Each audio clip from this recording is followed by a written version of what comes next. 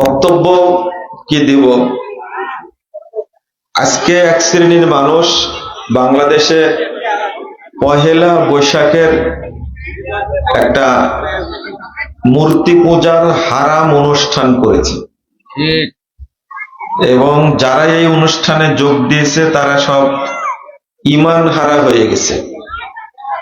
আর এক শ্রেণীর মানুষ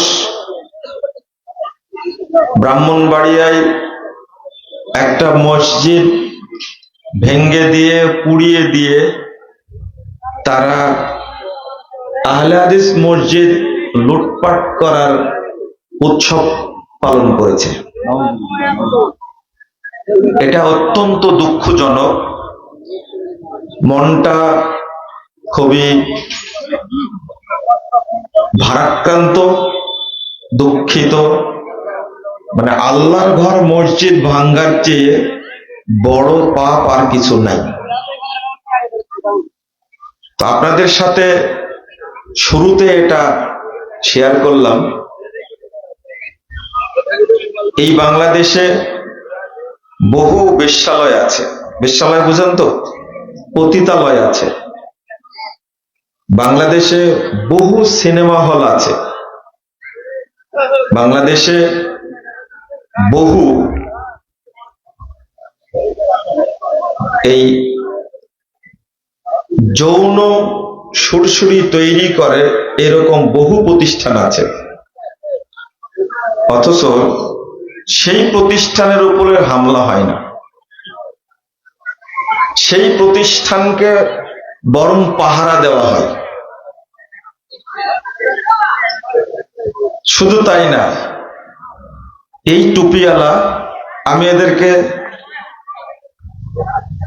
আলেম বলা তো দূরের কথা, মুসলমান বলা তো দূরের কথা, এদেরকে আমি মানুষই মনে করি না। এরা হলো ধর্মীয় সন্ত্রাসী, যারা মসজিদ ভেঙ্গে দেয়।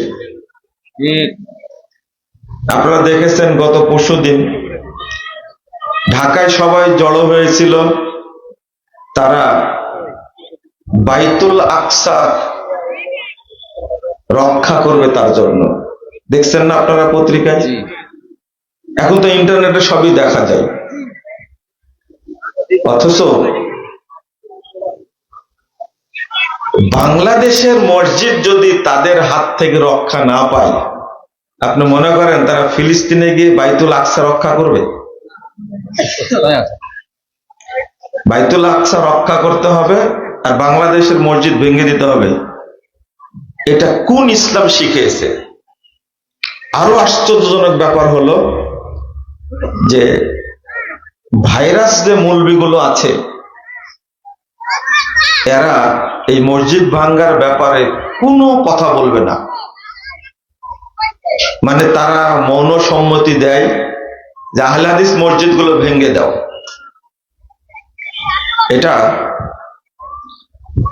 একটা কথা আমি বলছি আজকে, যেটা কোনোদিন করিনি, আজ থেকে সেটা করা শুরু করব। আহলে হাদিস মসজিদ ভেঙ্গে দিচ্ছে, পুড়িয়ে দিচ্ছে, অত্যাচার করছে, লুটপাট করছে। আজ থেকে আমি কোনোতে নাজেলা পড়া শুরু করব এদের বিরুদ্ধে, ইনশাআল্লাহ।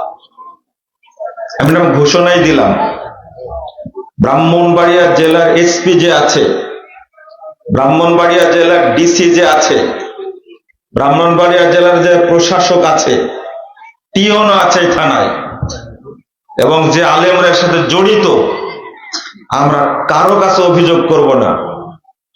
হাত তুলে কোনোতে নাজেলা পড়বো, আল্লাহর কাছে বলবো, আল্লাহ তোমার শাস্তি দেখতে চাই, তোমার ঘরের উপর আক্রমণ করেছে।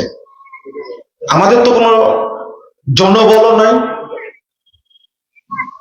এবং বর্তমান পুলিশের আইজি যে আছে তার উপরে বদদোয়া করবো ইনশাআল্লাহ, যদি ব্যবস্থা না নেই। আমাদের অস্ত্র নাই, জনগণ নাই, মামলাও করব না। মামলা করব এক জায়গায়, কোথায় বলতে হয় সেটা আমরা জানি। তবে এই কাজ কোনোদিন আমি করিনি। আহলে হাদিস মসজিদ মাদ্রাসার উপরে হামলা হচ্ছে, যারা হামলা করছে তাদের বিরুদ্ধে কুনুতে নাজেলা পড়বো ইনশাআল্লাহ, এটা আমি ঘোষণা দিলাম। দেখি আল্লাহ আমাদের দোয়া কবুল করে কিনা। আমাদের অনেক ইতিহাস মনে আছে, আপনাদেরও মনে থাকার কথা।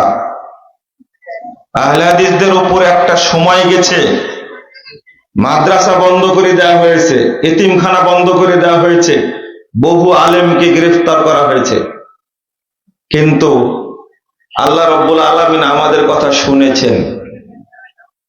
আমাদের কথা শুনেছেন, এটা জোর গলায় বলছে, আল্লাহ শুনেন।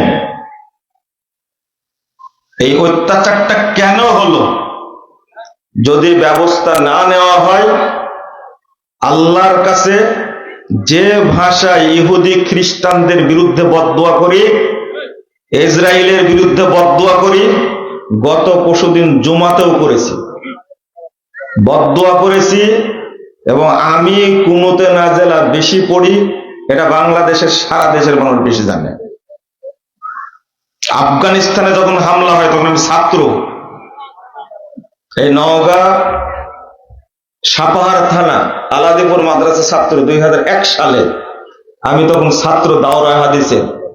আমি তখন প্রত্যেক সালাতে ইমামতি করতে গিয়ে এই আমেরিকার বিরুদ্ধে বদদোয়া করেছি। 2001 সালের কথা বলছি, শিক্ষকরাও জানেন, ছাত্ররাও জানেন। ওই ভাষায় দোয়া করা শুরু করবো ইনশাআল্লাহ। আমি বিগত সরকারের বিরুদ্ধে বদদোয়া করেছি, জেলখানায় বসে বসে। এবং বিশেষ করে মাগরিব, এশা এবং ফজর আমার পিছনে থাকতো 7 জন 8 জন মুসল্লি, জেলখানায় বসে 14 সালে 15 সালে এই কুনুতে নাজেলা পড়েছি। শোনেন, আল্লাহ কথা শুনেন, এটা আমার অগাধ বিশ্বাস আছে। কেউ পার পাবে না ইনশাআল্লাহ, কেউ পার পাবে না ইনশাআল্লাহ। আমি মরে গেল আপনারা এর ফসল দেখতে পাবেন ইনশাআল্লাহ। মানে আল্লাহর ঘর মসজিদের উপরে হামলা করার চেয়ে, লুটপাট করার চেয়ে, মানে মুসল্লিদের উপরে আক্রমণ করার চেয়ে জঘন্য, নোংরা, অসভ্য, খারাপ কাজ পৃথিবীতে আর কিছু নাই। ওই মসজিদে হামলা না করে যদি আমাকে হত্যা করতো, তো আমি শুকরিয়া আদায় করতাম যে মসজিদ ভাঙ্গেনি, আমাকে হত্যা করেছে, আমি খুশি থাকতাম। এত কষ্ট হয়, এটা দুর্ভাগ্য আমাদের জন্য। আপনাদের উদ্দেশ্যে কথাগুলো বললাম, কারণ খুবাইব রাদিয়াল্লাহু আনহুর দোয়া মিস যায়নি। তাকে হত্যা করা হয়েছে, কিন্তু দোয়া করেছিলেন, আল্লাহুম্মা আহসিহিম আদাদা ওয়াকতুলহুম বাদাদা ওয়ালা তুবকি মিনহুম আহাদা। একটাও টিকেনি। আল্লাহ তুমি তাদেরকে গুনে গুনে রাখো, তুমি তাদেরকে একসঙ্গে ধ্বংস করো, এই পৃথিবীতে যেন একটাও টিকতে না পারে। খুবাইব রাদিয়াল্লাহু আনহুর দোয়া মিস যায়নি। এই ইসরায়েল একদিন ধ্বংস হবে ইনশাআল্লাহ, ফিলিস্তিন টিকে থাকবে ইনশাআল্লাহ।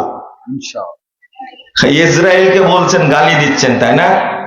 আর নিজেরা মসজিদ ভেঙে যে ইসরায়েল হয়ে গেছেন, তা খেয়াল করেছেন আপনি? নিজেরাই তো ইসরায়েল আপনারা। এই দেশে পূজা করতে পারে মুন্ডুপ বানায় অধিকার আছে। এদেশে খ্রিস্টানদের গির্জা আছে, ইহুদিদের গির্জা আছে, কাদিয়ানীদের মসজিদ আছে, শিয়াদের মসজিদ আছে। টুপিওয়ালা সন্ত্রাসী, পাগড়িওয়ালা সন্ত্রাসী আহলে হাদিসরা এই দেশের স্বাধীনতা রক্ষা কবচ। আহলে হাদিসরা আছে, থাকবে, তোমরা একদিন ধ্বংস হবে ইনশাআল্লাহ। বলে দিলাম, একদিন ঠাঁই পাবে না।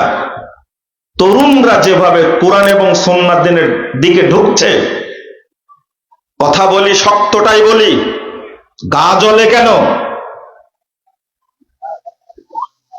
আহলে হাদিসদের ফতোয়া চেঞ্জ হয় না, ফতোয়া এই মোল্লাদের চেঞ্জ হয়। 54 বছর যাবত এই বাংলাদেশে ইফতারির সময়ের সাথে 3 মিনিট যোগ করে মানুষকে সিয়াম নষ্ট করাতো না? কতদিন চলেছে? 54 বছর যাবত করেছে।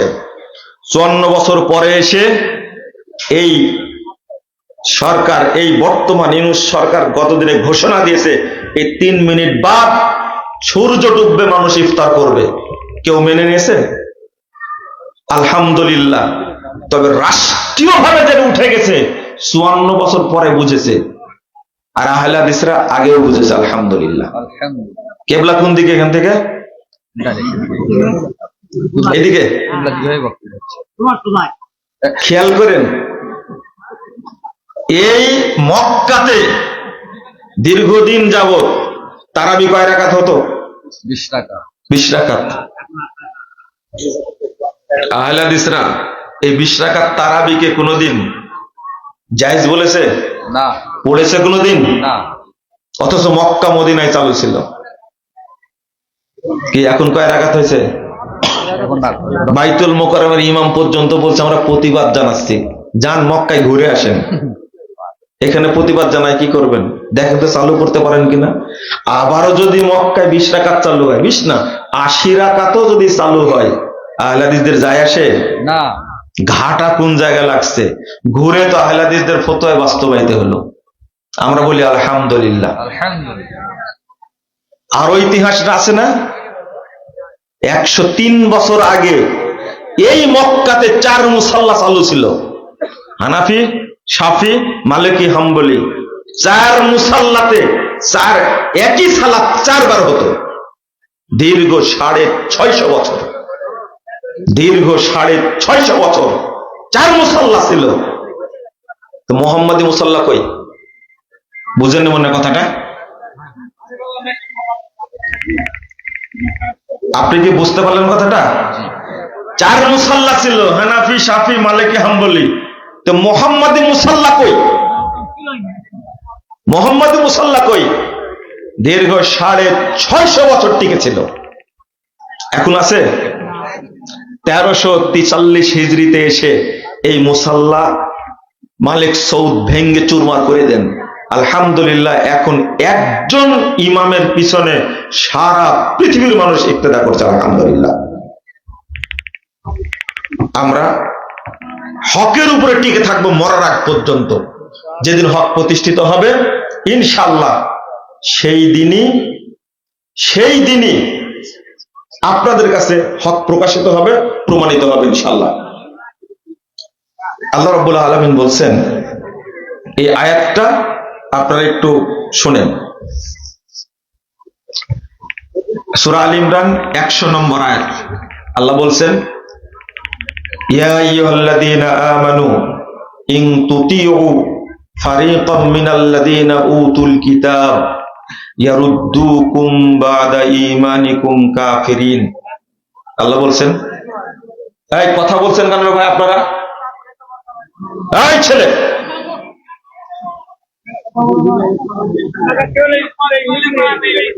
কেন তুলবে? কেন তুমি এটা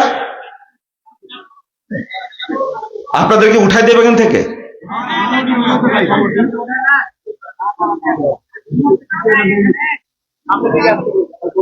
আমি আগেই বলেছি, এখন একটু শান্ত হয়েছেন, একটু কথাগুলো শুনেন। আপনারা ভাই এখানে দাঁড়ায় আছেন কেন? সমস্যা হচ্ছে আপনাদের? তারাও তো বসে আছে এখানে।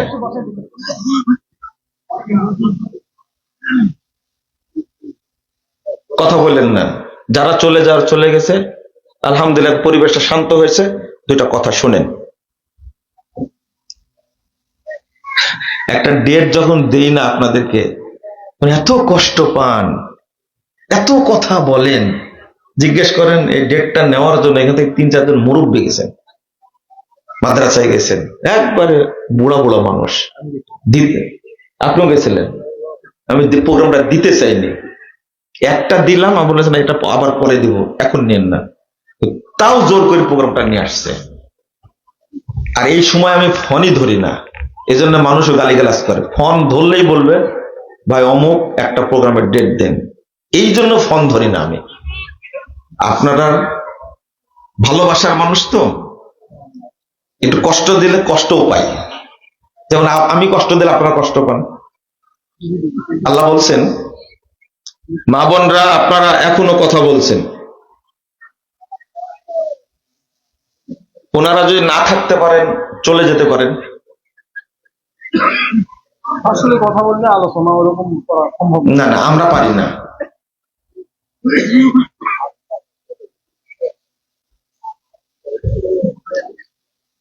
কি বলছিলাম, যে একটা আয়াতের অনুবাদ করছিলাম, শুনেন।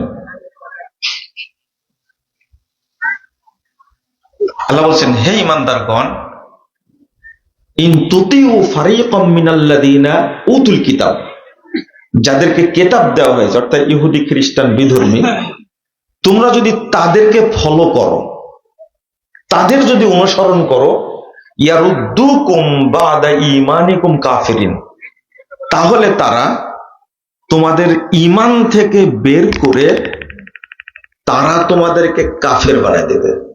এটা কিন্তু কোরআনের আয়াত। যদি আপনি আমি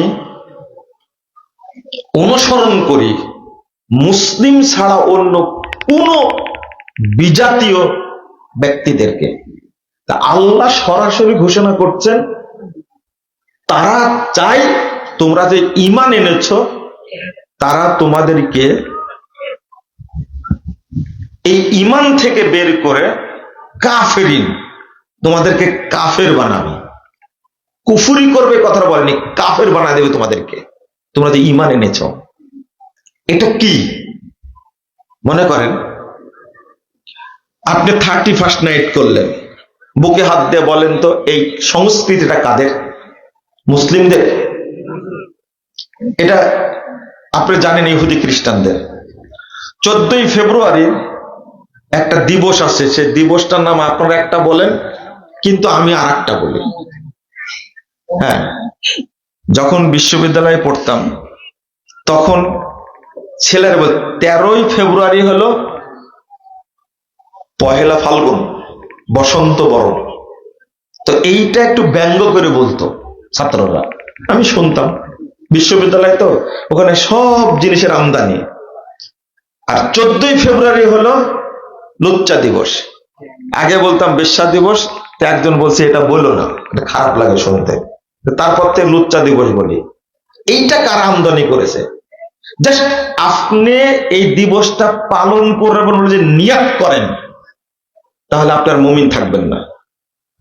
এই যে পহেলা বৈশাখটা এই সংস্কৃতিটা মুসলিমদের সংস্কৃতি। তবে আগে শরীয়তটা বলি। যখন নতুন বছর শুরু হয়, আচ্ছা আপনাদের নতুন বছর শুরু হয় কখন বলেন?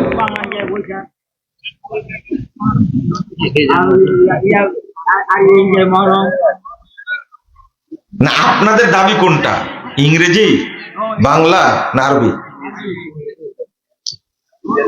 আপনারা কোনটাকে মানে বছরের প্রথম মাস মনে করেন?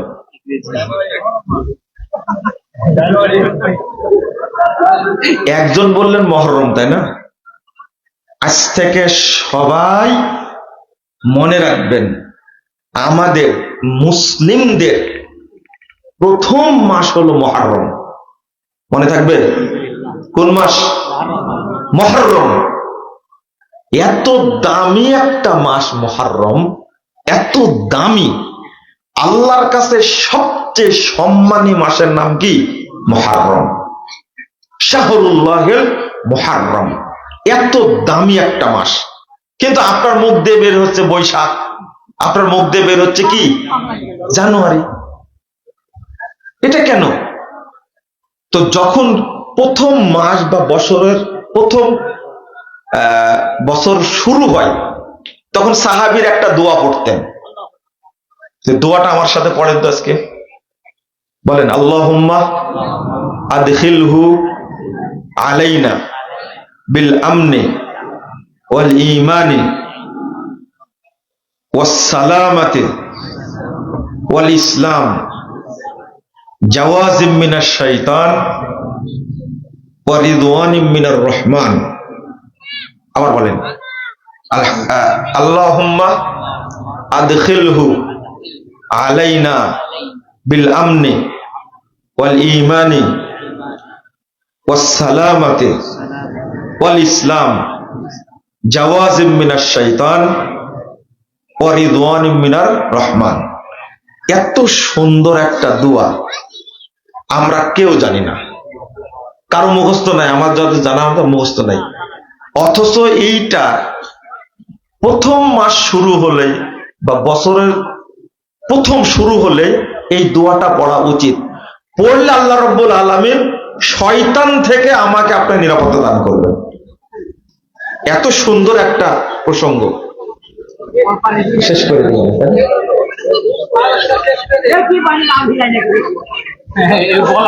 আচ্ছা, আর একটা বিষয় হলো যে ঝড়টা হচ্ছে